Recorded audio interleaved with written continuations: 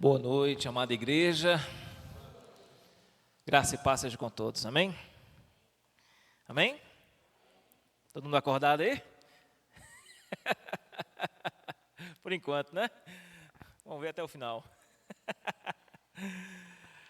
Como é que os irmãos passaram de domingo à noite? Todo mundo bem? Uma festa maravilhosa, né, Manel? Isso é bênção, né? Isso é maravilhoso, né? Depois de uma festa espetacular, né? Como essa. Agradecer também a irmã Sara por ter conduzido essa dinâmica de oração aqui também, né? Faz bem para a gente, de vez em quando, fazer uma dinâmica de oração assim diferente, né? Isso é muito bom. Nós vamos abrir as nossas Bíblias em Gálatas, capítulo 1, verso 8 e 9, que é o texto base da nossa série de estudos em seitas e heresias. Gálatas, capítulo 1, verso 8 e 9. E hoje nós vamos iniciar uma nova etapa da nossa série. Nós saímos dos campos preparatórios, introdutórios, para agora entrarmos nas doutrinas propriamente ditas das principais seitas, né, que nós temos hoje próximos a nós, aqui no Brasil e no mundo. São as maiores, as principais e as que mais crescem no Brasil e no mundo. Existem muitas dessas seitas que já produziram outras novas seitas a partir delas. Então isso é bastante interessante, né? Uma seita é um grupo menor que se desprende de um grupo maior para formar o seu próprio segmento religioso, né? Desvirtuando da doutrina de sua origem. Mas muitas dessas seitas já geraram, vamos dizer assim, filhos, né? Frutos, outros desdobramentos de outras seitas que saíram a partir delas. Então já existem uma série de divisões, né? Essa questão de divisão ela é sempre muito perigosa, né? Se você, quem conhece um pouco de biologia e física, né? Se você pegar um átomo e dividir ele, e depois dividir, qual é o resultado que a gente vai ter? Alguém sabe? Essa é a receita, é a fórmula da bomba atômica. É você pegar um átomo e ir dividindo, até você produz uma bomba atômica assim. Então, para você ver como que isso é perigoso, né? A divisão. Né? Gálatas capítulo 1, verso 8 e 9, texto diz assim: mas ainda que nós ou um anjo dos céus pregue um evangelho diferente daquele que lhes pregamos, que ele seja maldito. Como já dissemos, agora repito: se alguém lhes anuncia um evangelho diferente daquele que receberam, que seja maldito. E isso é muito sutil, né? Isso é muito... nós precisamos tomar muito cuidado, queridos, porque existem muitas igrejas que parecem ser uma igreja séria, uma igreja verdadeira, que professa a fé em Jesus, que prega o Evangelho, porém, em muitas das suas doutrinas, do seu escopo doutrinário, você vai encontrar alguns elementos que são sutis e que afetam diretamente aquilo que é fundamental, que é o cerne da fé em Cristo, do Evangelho. Então nós precisamos tomar muito cuidado. Existem muitas dessas igrejas que, inclusive, cristãos maduros, cristãos já de longa data, né, na sua caminhada cristã, chegam ao ponto de ainda ter dúvidas se realmente essas pessoas são ou não, ou pertencem ou não a uma igreja verdadeira. Poxa, pastor, será se realmente eles são seita mesmo? Porque a gente escuta as pregações, a gente ouve ali os estudos bíblicos que eles dão, e a gente percebe que é tão parecido com a gente, mas nem tudo que é parecido é, né? Tem muita coisa que se parece, mas não é. Há uma larga diferença entre um produto original e um produto pirata, né, Manu? Você que trabalha com importações aí, né? Então, há uma diferença muito grande, né? Uma coisa, nem tudo que reluz é ouro, exatamente, muito bom, bem lembrado, Gislene, né? Então, existem muitas coisas que se parecem, e isso pode gerar para nós uma confusão muito grande. Algumas dessas seitas, queridos, têm produzido hoje no nosso cenário, nós estamos falando agora desse período pós-modernidade, né? E especialmente agora, das últimas décadas para cá, em que temos tido avanços tecnológicos, né? E uma dessas grandes inovações no mundo, né, tecnológico, chama-se a internet, as redes sociais, onde a informação ela é hoje passada na velocidade da luz. Qualquer coisa que aconteça aqui, em Três Pontas, qualquer pessoa de qualquer canto desse mundo pode ter acesso à informação, sabe? Eu disse para os irmãos que o pastor Márcio gravou aquele vídeo lá do Japão, né? E mandou para cá. Então, imagine, alguns anos atrás, vamos pensar nos primeiros aniversários da PIB Três Pontas, né? Se algum preletor quisesse gravar um vídeo e mandar para cá, para passar para os irmãos, não tinha. No máximo, uma carta escrita que chegaria pelo correio aqui, e o pastor ia ler a carta do preletor, dizendo, olha, o preletor mandou uma carta aqui, dizendo que está chegando. Hã? É, verdade. E provavelmente ele poderia, talvez há 45 anos atrás, o preletor chegar aqui a cavalo, né? Pode ser, ou de carro, né? Mas, uma coisa, queridos, é que, sim, mas qual o problema? Uai. Uai, eu conheço igrejas que o preletor chega lá de cavalo, não tem problema nenhum. Hã? O pessoal de Santana ia para a igreja de cavalo? Então, olha que beleza. Olha que maravilha. Lá no norte de Minas, a gente tem igrejas que o pessoal chega de carroça lá com a família. Às vezes, marido, esposa, 3, 4 filhos, todo mundo na carroça, encosta lá.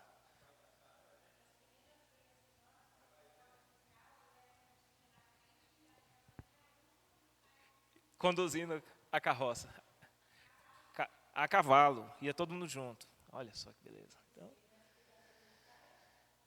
aí.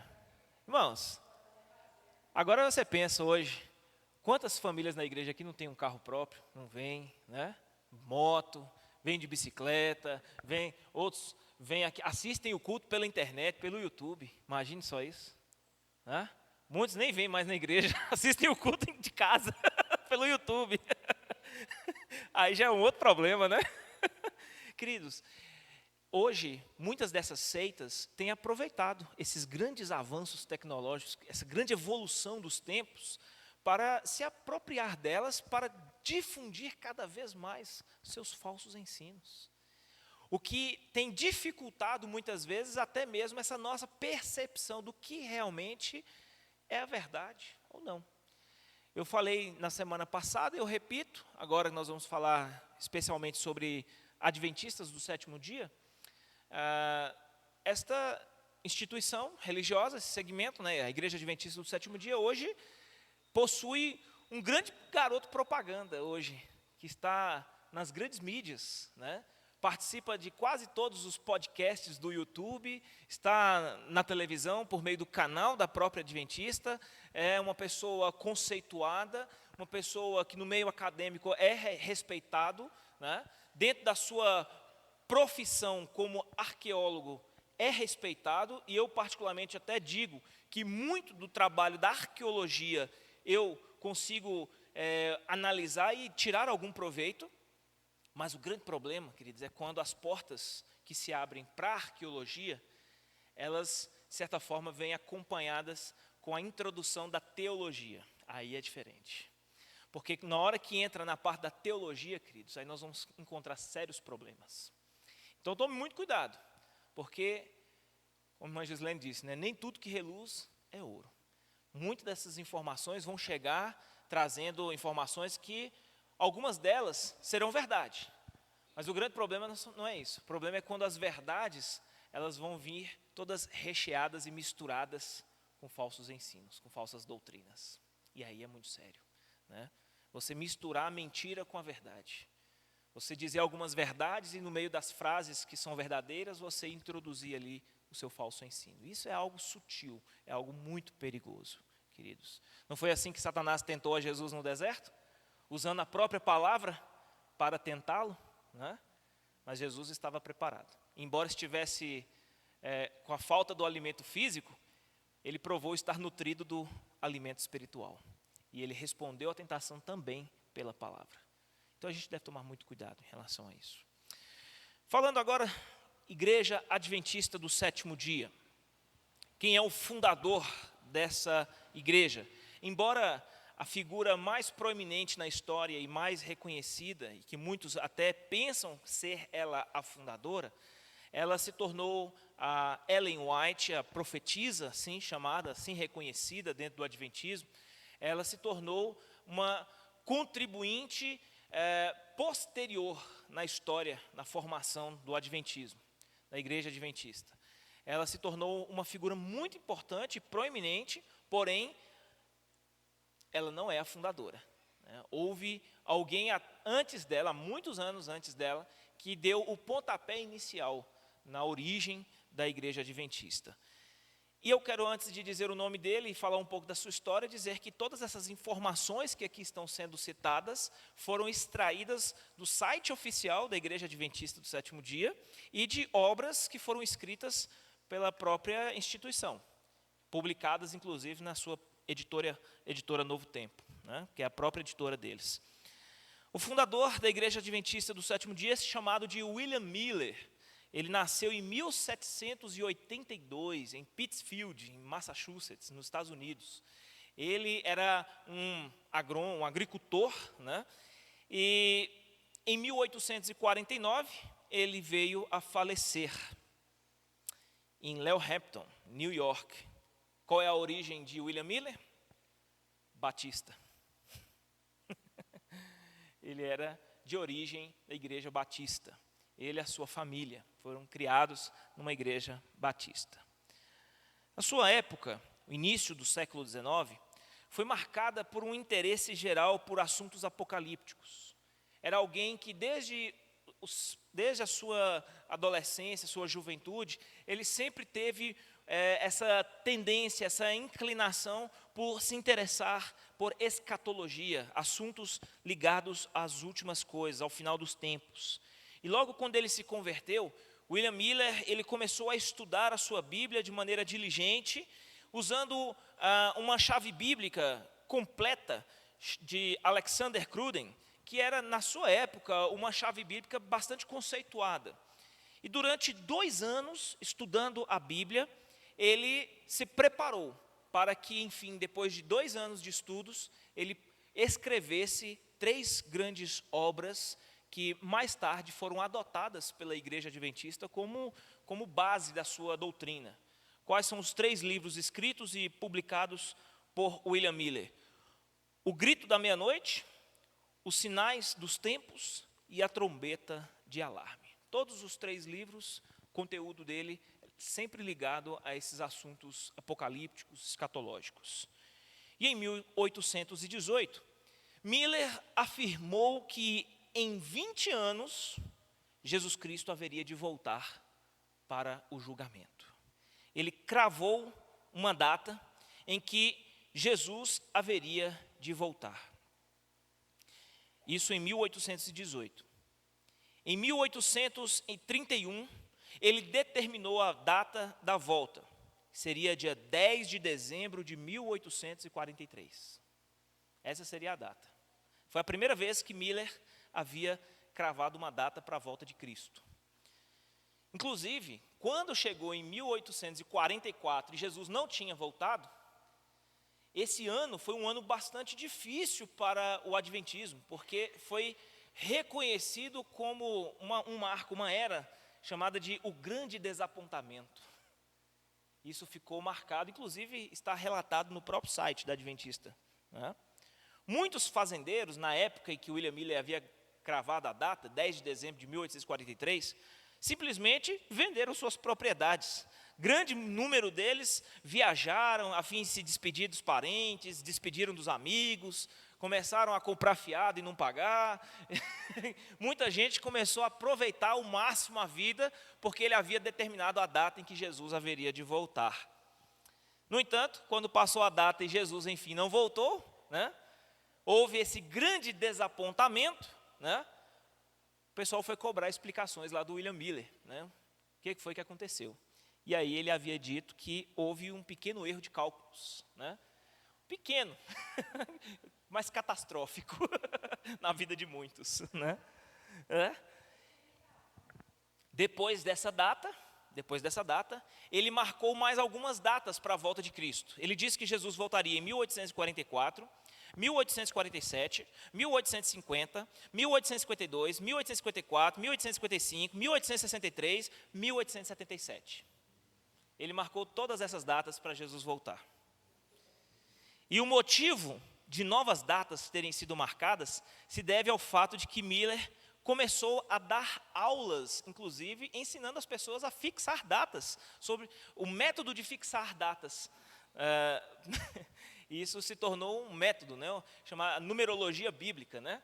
Ele buscava sempre textos bíblicos, que ele fazia o cruzamento desses textos bíblicos, e a partir dessa análise desses textos e o cruzamento das informações, ele sempre chegava, através do seu método, fixar as datas para a volta de Cristo, né?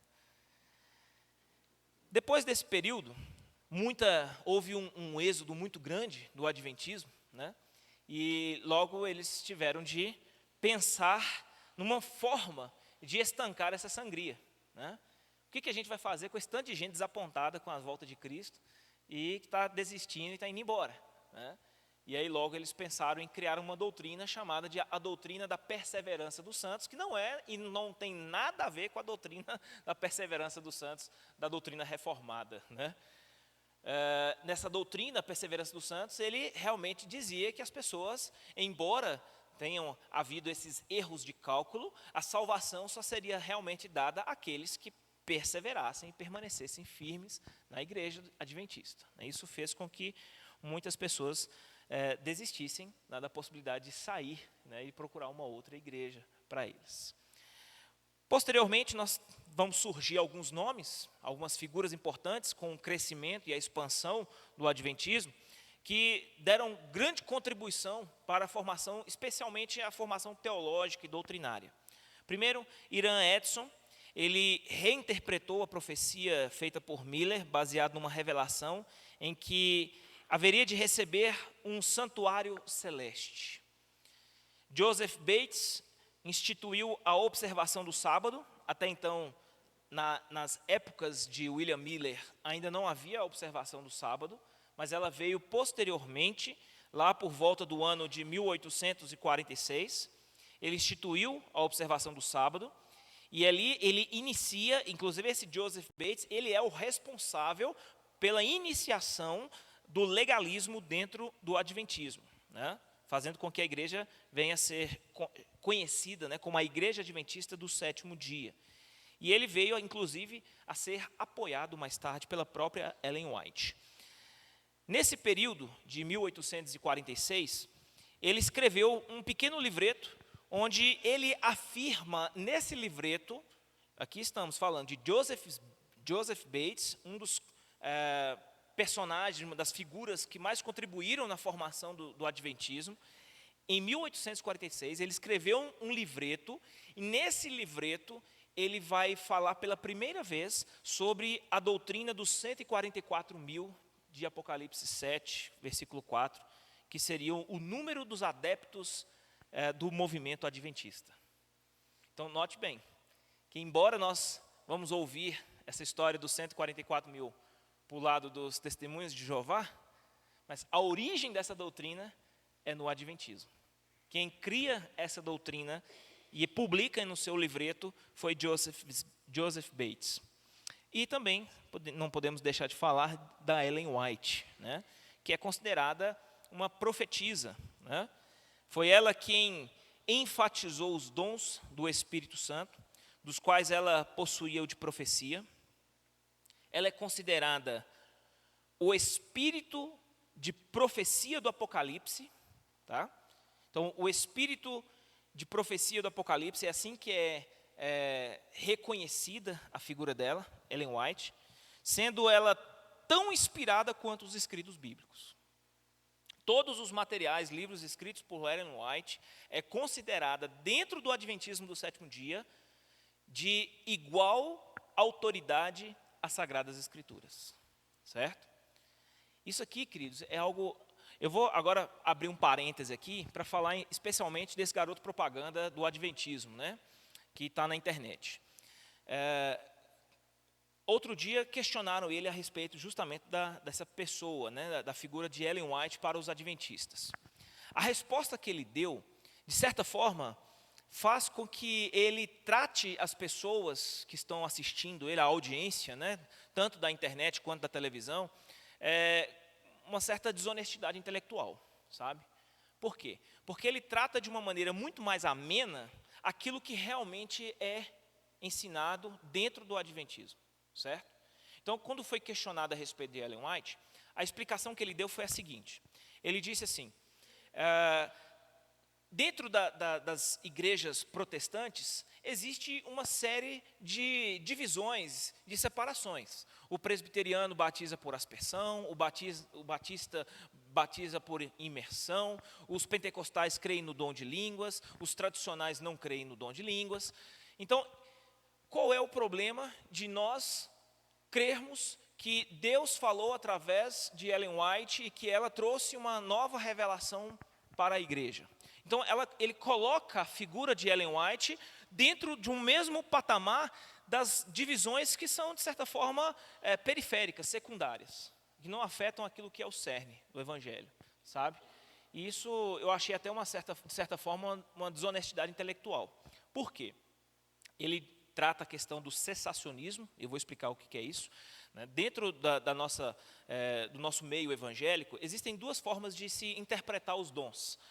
Os cessacionistas, eles creem que a Bíblia Sagrada, com o encerramento do cânon, com o fechamento da revelação bíblica da Escritura, alguns dos dons que eram praticados na época do Novo Testamento, na época da igreja primitiva, eles cessaram, eles cumpriram o seu propósito naquele período em que o cânon estava sendo formado, mas depois que o cânon encerrou, que a Bíblia Sagrada concluiu os 66 livros aqui, nós temos agora a revelação fechada aqui das Escrituras, alguns desses dons caíram em desuso.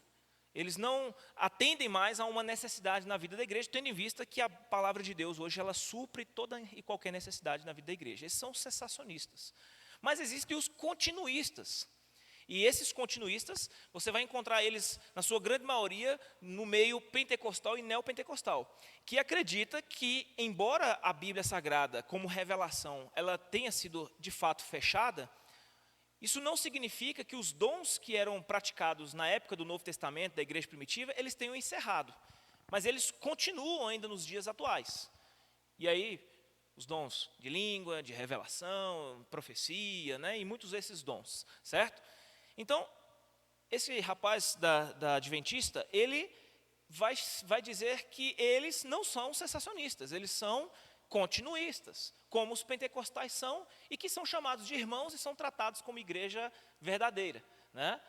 Embora sejam continuistas. E eles também são. E eles creem que Ellen White tinha o dom de profecia, que era um dom que não havia se cessado, né, depois do encerramento do cânon. Só que não é só uma questão que envolve dom de profecia. É muito mais do que isso.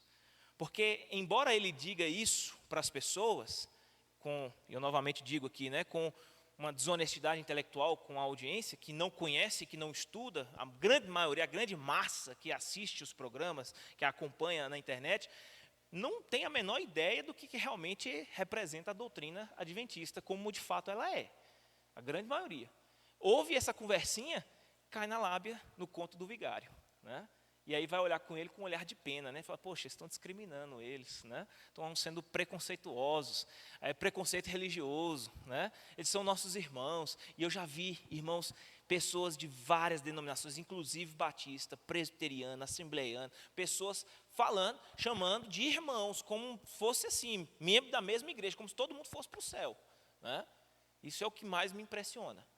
E dentro do adventismo, queridos, Ellen White é uma pessoa que é tratada, olha só, o que diz a respeito dela, fontes da própria Adventista do sétimo dia, diz assim, a senhora White é considerada, pasmem, como uma luz menor para guiar uma luz maior. É assim que ela é tratada. Ela é colocada como uma verdadeira profetisa, uma fonte de revelação inspirada por Deus e que os seus escritos ainda hoje falam com o mesmo peso de autoridade que a palavra de Deus tem, que as escrituras têm.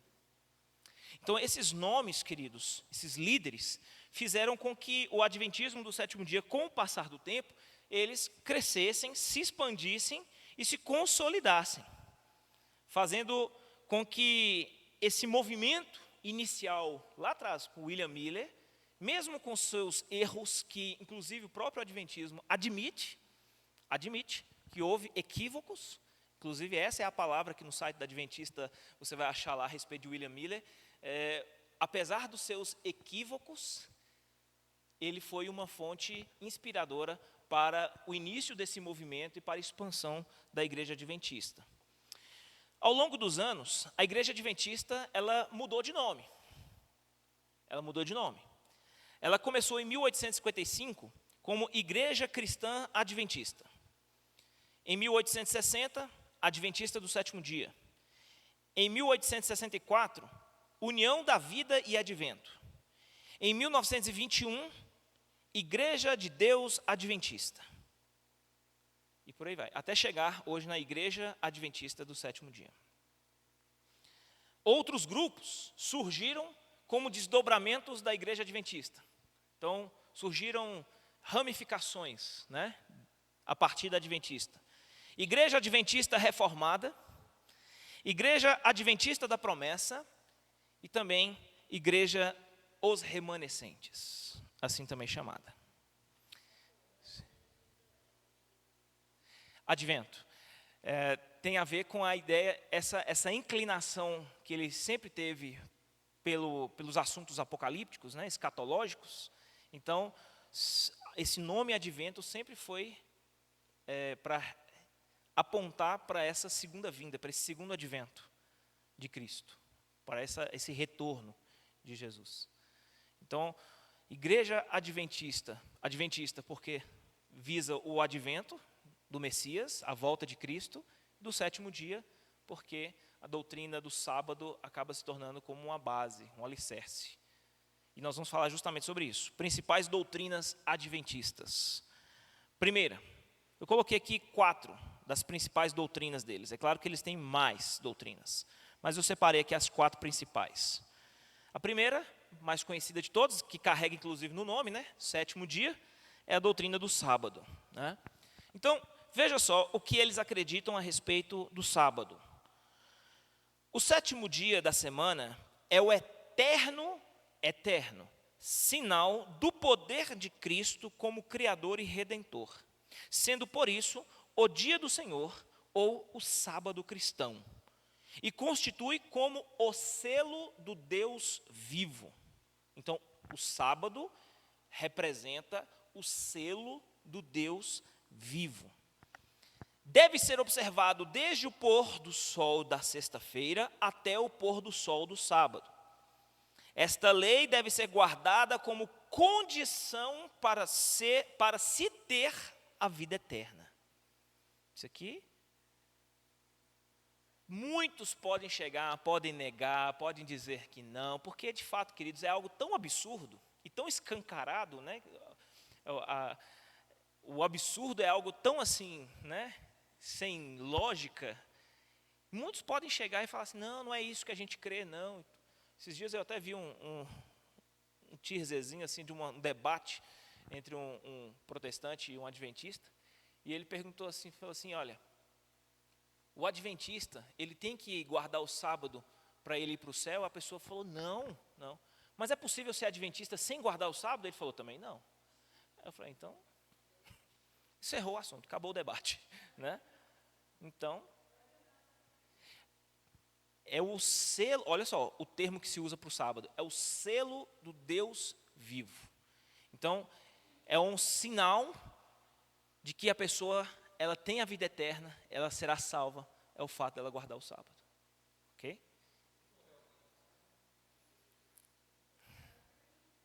Existem muitas questões que são colocadas, né? É claro que assim é tratado de maneira profunda a maneira como os judeus interpretavam, certo? Então a interpretação do judeu, teoricamente, vai ser semelhantemente à interpretação deles, em relação à dinâmica, né, das coisas como elas acontecem, certo? Mas assim, eu acho que o ponto central não é nem esse, sabe? O ponto que eu acho que é mais preocupante é tratar o dia do sábado como essa questão, como um meio, um caminho para se ter a vida eterna, ok? Não é você perguntar assim, você precisa crer em Jesus para ser salvo? Eles vão dizer sim, preciso crer em Jesus para ser salvo. Jesus é o caminho para a salvação? Eles vão dizer sim, sim. Mas o sábado é algo também que precisa estar ali. Uma característica, queridos, que nós inclusive já vimos isso aqui em algumas dos nossos estudos anteriores, né, é que a seita, elas, em vias de regra, eles vão sempre diminuir a suficiência da fé em Cristo Jesus, adicionando a necessidade de algumas observâncias dentro da sua própria doutrina, certo? Então crer em Jesus mais determinada coisa, entendeu? E no adventista é a mesma coisa. Sim.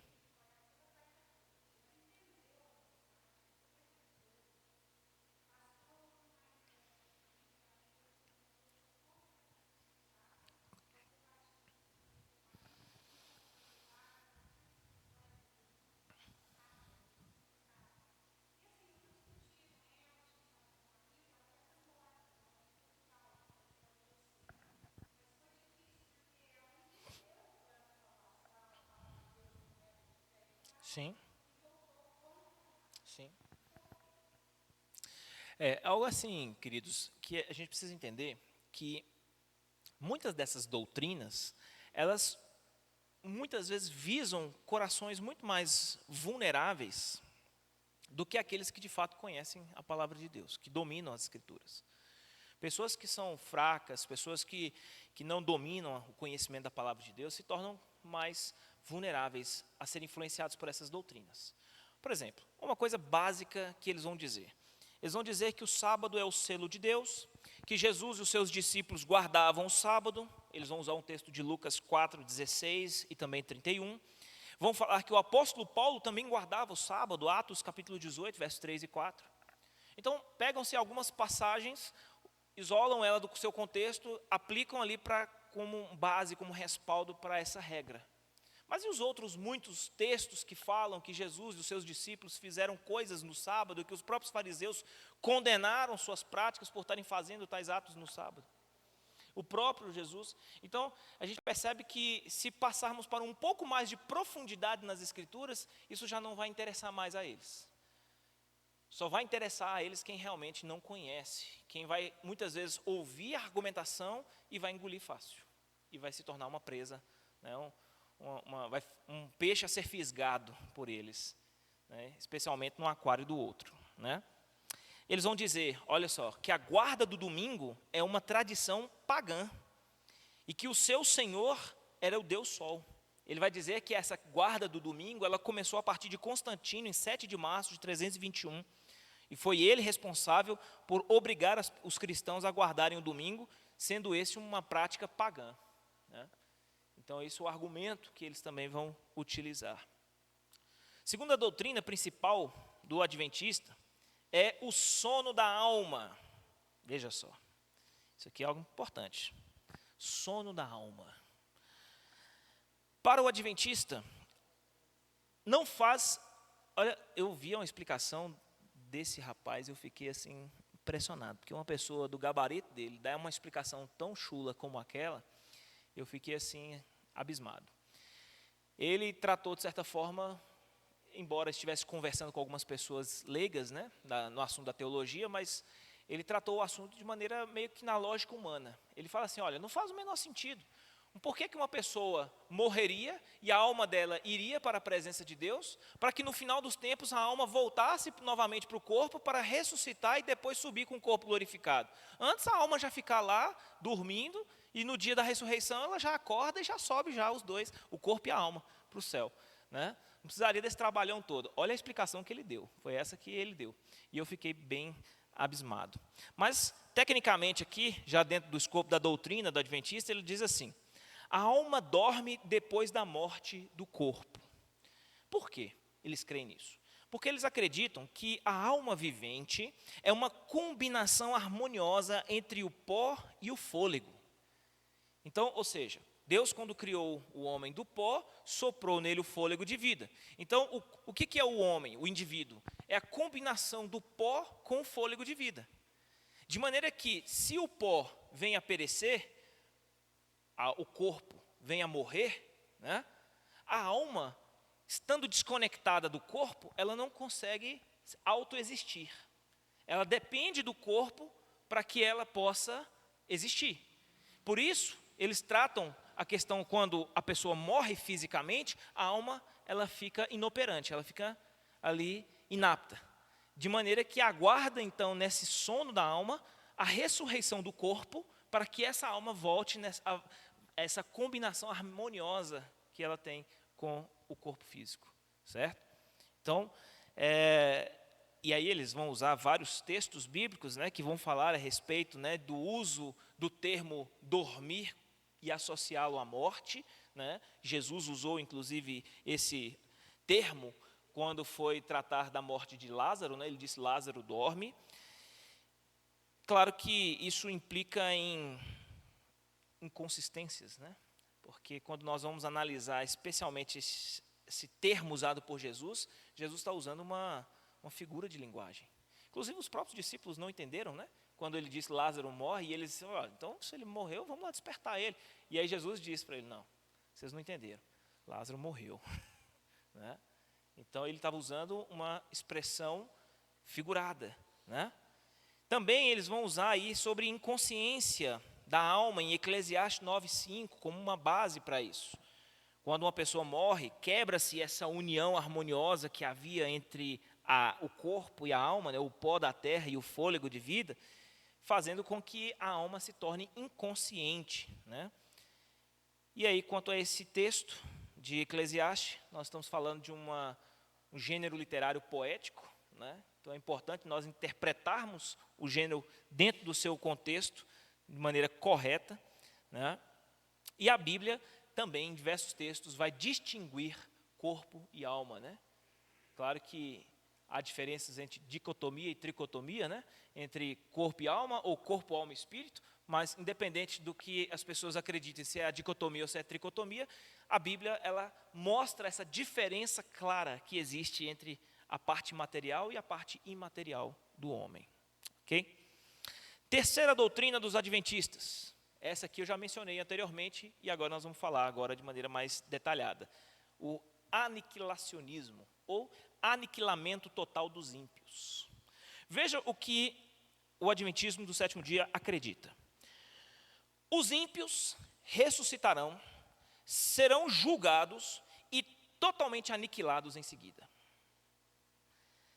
Essa aniquilação, ela terá lugar após o milênio, quando Satanás também, juntamente com os ímpios, será completamente aniquilado.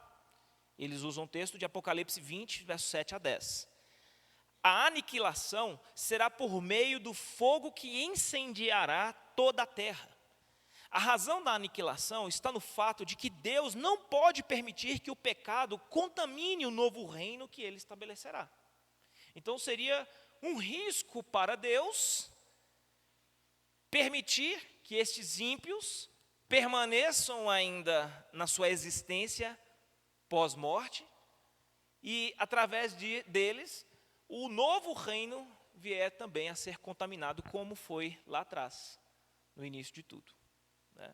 Então, eles creem no aniquilacionismo como uma forma de Deus exterminar por completo toda e qualquer possibilidade do pecado novamente contaminar o novo reino.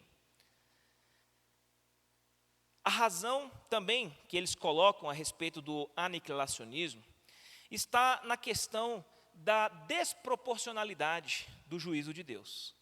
Uma pessoa viver 80, 90 anos de pecado na terra, é desproporcional ter que pagar por esses 80 e 90 anos de pecado, vivendo eternamente num fogo que não se apaga.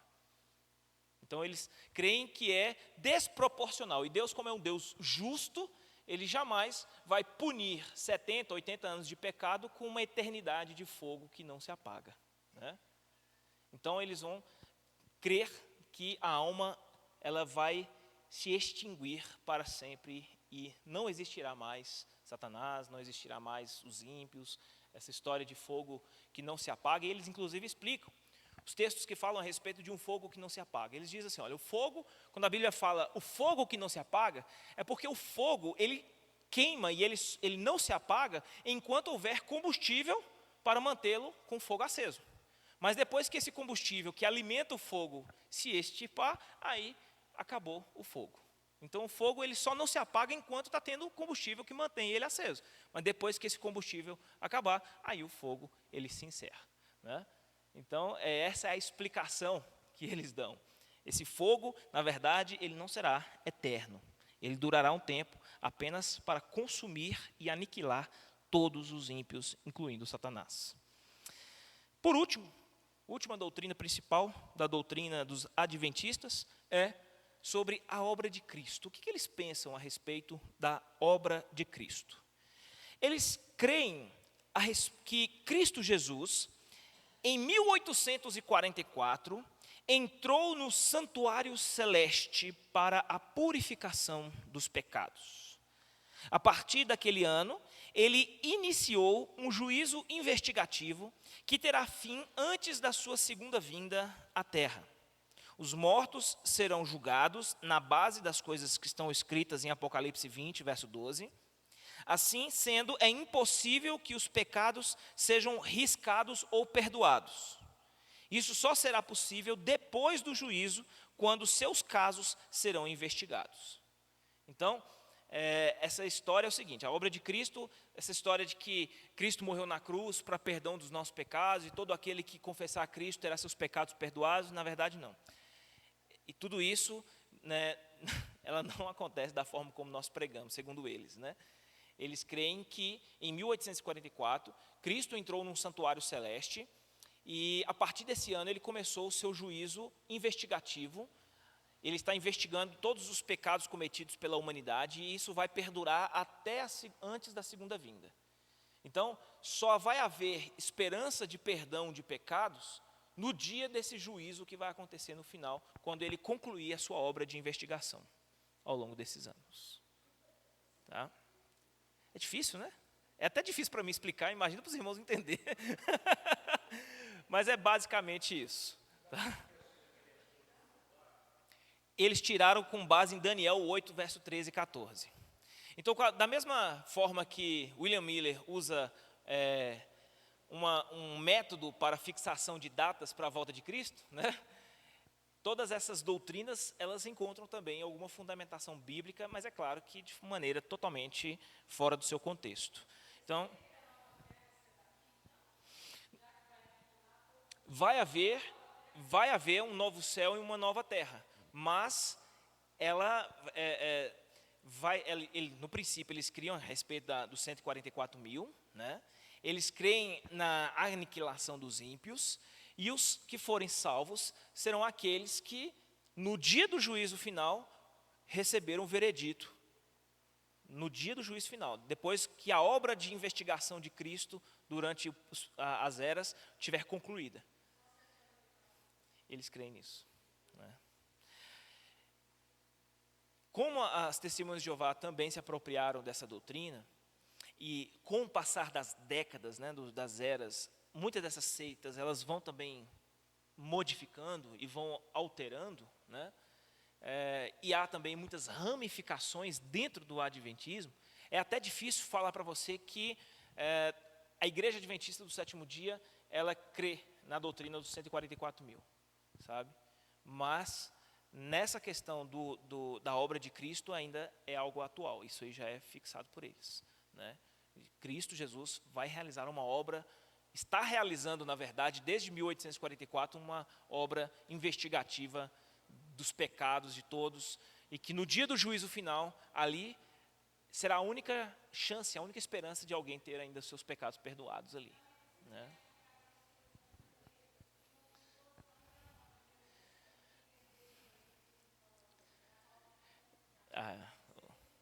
E se só quem guarda o sábado e quem é lá tem a vida eterna, né? Há um exclusivismo, né, por parte da doutrina deles, né?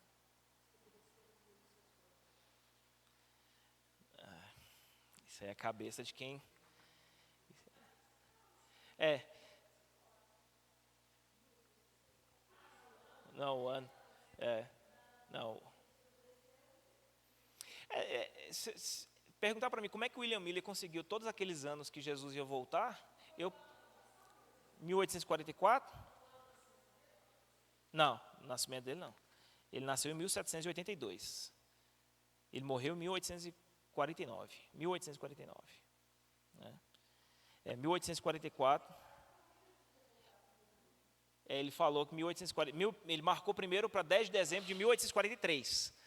E aí, em 1844, ele marcou uma outra volta. E depois 45, 53, 55, 56, e aí vai. Né? 1782, William Miller.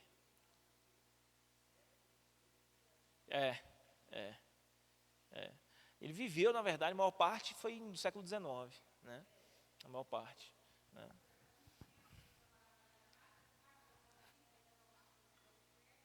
Sim.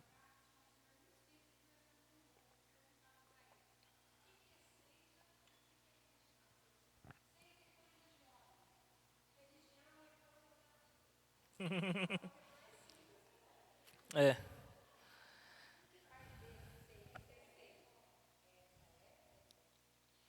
Bom, palavra seita, nós já vimos que a raiz da palavra mostra que eles desprenderam de um grupo para formular um outro grupo. Isso é o que torna a palavra seita, etimologicamente falando. Agora, dentro da conotação pejorativa que a palavra seita ganhou com o passar do tempo, são as doutrinas que eles defendem que afetam diretamente o que é essencial na doutrina. Por exemplo, se alguém disser para você que crer em Jesus Cristo somente pela fé é o suficiente para você receber a sua salvação, o perdão dos seus pecados, ele está pregando a verdade. Agora, se ele fala para você, isso não é suficiente, isso que eu estou te falando não é suficiente, é preciso você fazer isso mais outra coisa, guardar o sábado, entendeu? Não comer carne impura, né? As carnes impuras, né? Então, é uma série de fatores, né? Essas questões tornam o que? Diminuem a autoridade de Cristo, a suficiência de Cristo para a salvação, e é o que torna uma seita. Por exemplo, se alguém falar para você, olha, se você é lá da igreja batista e você só crê em Jesus para ser salvo, você está no seu caminho, é direto para o inferno. Você precisa crer em Jesus para ser salvo, mas também você precisa guardar o sábado. E se você guardar o sábado lá na igreja batista, o pessoal vai olhar para você meio torto, então é melhor você vir para o lado de cá. Entendeu?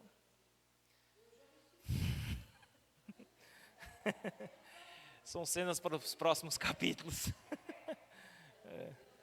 Felizmente. Herege tem em todo lugar, inclusive no nosso meio, né? O problema é que heresia tem em todo lugar, inclusive no nosso meio, né? Infelizmente, né? Infelizmente, né? Mas, queridos, guardemos-nos, né? De todo e qualquer falso ensino, né? Porque, queridos, assim, enquanto a discussão está no campo da periferia, daquilo que é secundário, ok? O irmão vai falar assim, eu batizo por aspersão, o outro fala, não, eu batizo por imersão. Ok, vai mudar alguma coisa? Não vai. Mas, agora, para você ser salvo, não basta só crer em Jesus, não. Você precisa fazer isso ou aquilo outro. Aí já mexeu com aquilo que é fundamental. Entendeu, Sineide? Aquilo que é essencial, que é o coração do Evangelho. E isso aí a gente não pode discutir. São questões que a gente trata como questões indiscutíveis. Ninguém mexe com o que é cerne, fundamental da fé cristã. Porque isso, se você mexer, você vai contaminar e vai mexer com as bases do Evangelho, do que é o Evangelho. Né?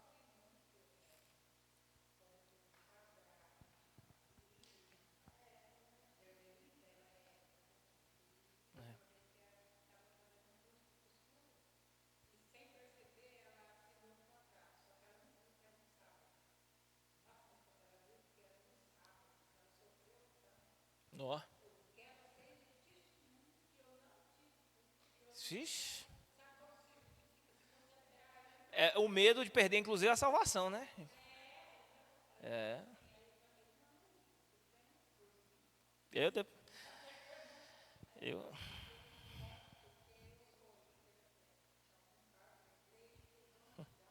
eu preparei um lanche uma vez, um treinamento que eu estava fazendo num lugar, eu trabalhava numa ONG, e uma pessoa adventista estava fazendo o treinamento, né? E no lanche que eu havia preparado para oferecer depois do treinamento, tinha pão com presunto. Aí a pessoa perguntou se é de presunto, é de carne de porco? Eu não sabia, eu achei que era de frango. Mas eu falei assim na inocência, sabe? Eu acho que é de frango. Rapaz, mandei uma pessoa para o inferno sem saber.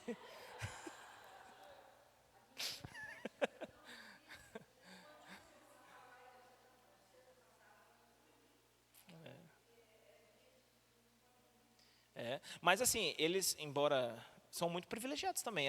Hoje o país hoje privilegia muito os adventistas. Você vê que hoje até o Enem, né, já tem um dia que você pode fazer uma sala separada num dia separado, né, só para quem. É. Empresas hoje também são muito flexíveis em relação à jornada de trabalho para um adventista, né? Tem uma série de privilégios também que eles recebem hoje. Sim, sim. Não faz. No Enem já tem um dia específico para eles, né? É sexta-feira, né, que eles fazem? Ah, houve essa alteração. Antigamente, que era sábado e domingo, aí eles faziam num dia antes, né? É verdade. É, exatamente. É isso mesmo. Isso aí. Então, vamos orar, né? Vamos orar. E aí, na próxima semana, querendo Deus, nós vamos continuar estudando as próximas. Nós ainda temos.